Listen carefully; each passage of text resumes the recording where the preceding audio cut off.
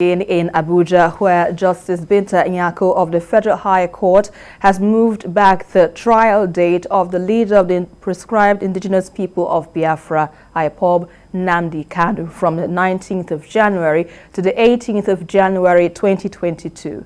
The shift of trial date followed the abridgment of time granted by the judge following a passionate plea to that effect. And our correspondent Celestina Area reports. There were expectations that Nnamdi Kanu would make an unscheduled appearance in court earlier than 19th January 2022. But court staff and security personnel stationed at the court are going about their regular duties like every usual day. Inside the court, the sitting commences. Counsel to Mr. Kanu informing the court that the application to abridge time before her has been overtaken by events. He prayed the court to hear the application, challenging the competency of the charge. He had approached the court with an application, seeking an order of the court to accommodate the trial in November and December this year, as against the earlier 19th January 2022. Shaibu Labaran, who stood for the federal government, told the court that a counter affidavit opposing the request by the federal government has been filed and served on Mr. Kanu. Justice Nyako noted that the application for time abridgment cannot be considered because there is no judicial time for such an issue. The case diary of the court was read to the lawyer to establish that the court has dockets of cases to attend to.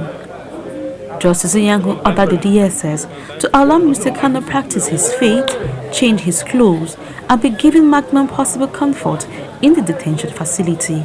We of the view, firm view in law, that the 7-count charge, the charge filed against our client, defendant, is not only watery but empty and a worthless weapon.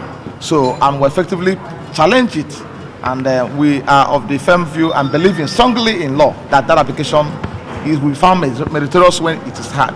If they tell you that somebody is not being allowed access to prayer materials to practice his faith, it's a constitutional matter. You should take it serious. You don't just say allow him practice his faith.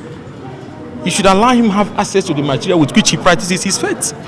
But when they tell that somebody is confined to a small 2x2 and he doesn't see sunlight, spends almost 24 hours, he's not allowed to mix with anybody, you should take it serious also. I'm using this opportunity to encourage our people there in the southeast that they should just allow the normal procedure of the law. The his bail application is still in the court file. We are here to move it. Let's see what will happen between 18th and 19th and 20th. Nnamdi Kanu is facing a 7-count charge of alleged terrorism and treasonable felony. Celestina Area, TVC News, Abuja.